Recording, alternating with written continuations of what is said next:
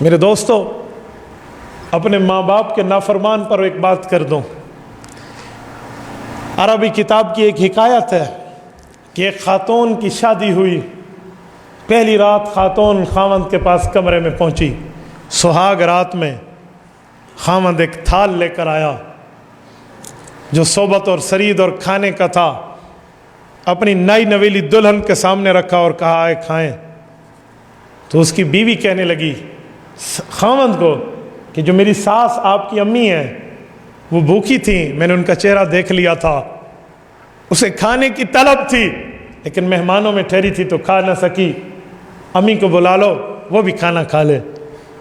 تو اس کا بیٹا کہنے لگا، یعنی اس کا خاوند جو اس ماں کا بیٹا تھا، کہنا امی کو بھوک نہیں تھی، کہا بھوک تھی، آپ بلا لیں۔ کہ نہیں تھی، کب سو گئی ہوگی، چھوڑو فلاں۔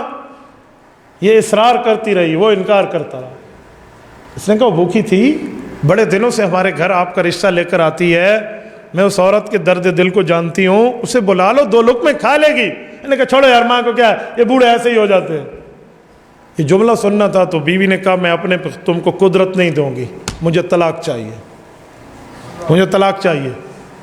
ہڈا پڑ گیا، شور شرابہ ہو گیا۔ انہوں نے کہا جی نہیں رہنا، میں نے، مجھے طلاق چاہیے۔ لڑائی ہو گئی، میکے والے آ گئے، اپنی بیٹی کو لے گئے، جرگہ بیٹھا، طلاق ہو گئی۔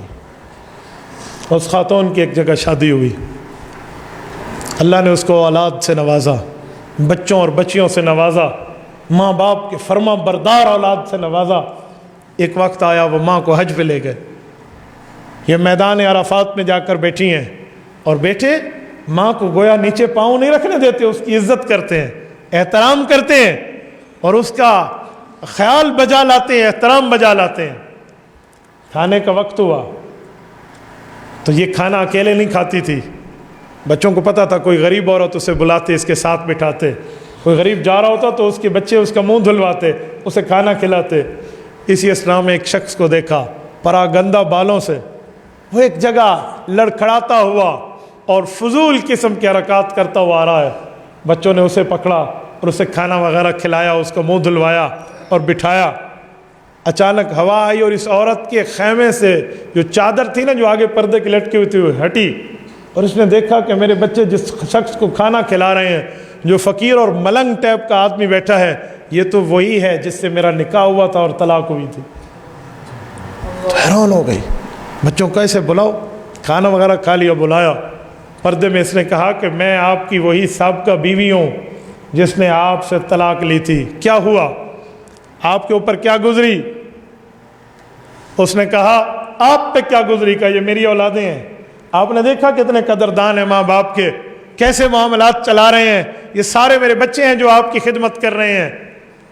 اس نے کہا میں تو ذلیل ہو گیا، میں برباد ہو گیا، میں نے ایک جگہ شادی کی، مجھے میری اولاد جو ملی بد نصیب ملی، ان نے مجھے مارا، کوٹا، ذلیل کیا، میری یہ ہڈی ٹوٹی، میری یہ ہڈی ٹوٹی، آج مجھے گھر سے نکال دیا، میں در در پھر رہا ہوں اور میں بے سہارا، بے سہارا، بے آسرا اور بے سہارا ہوں، بس میری قسمت بری تھی، تیری قسمت اچھی۔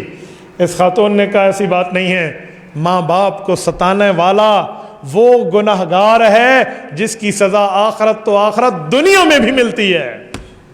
میں نے اپنے ماں باپ کی قدر دی تھی، آج اس کا بدلہ دیکھ لے، جو تو نے کیا تھا جو اس کا بدلہ دیکھ لے۔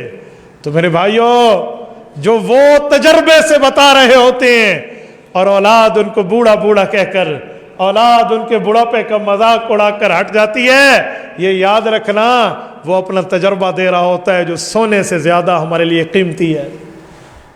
تبارك الذي نزل الفرقان على عبده ليكون للعالمين نذيرا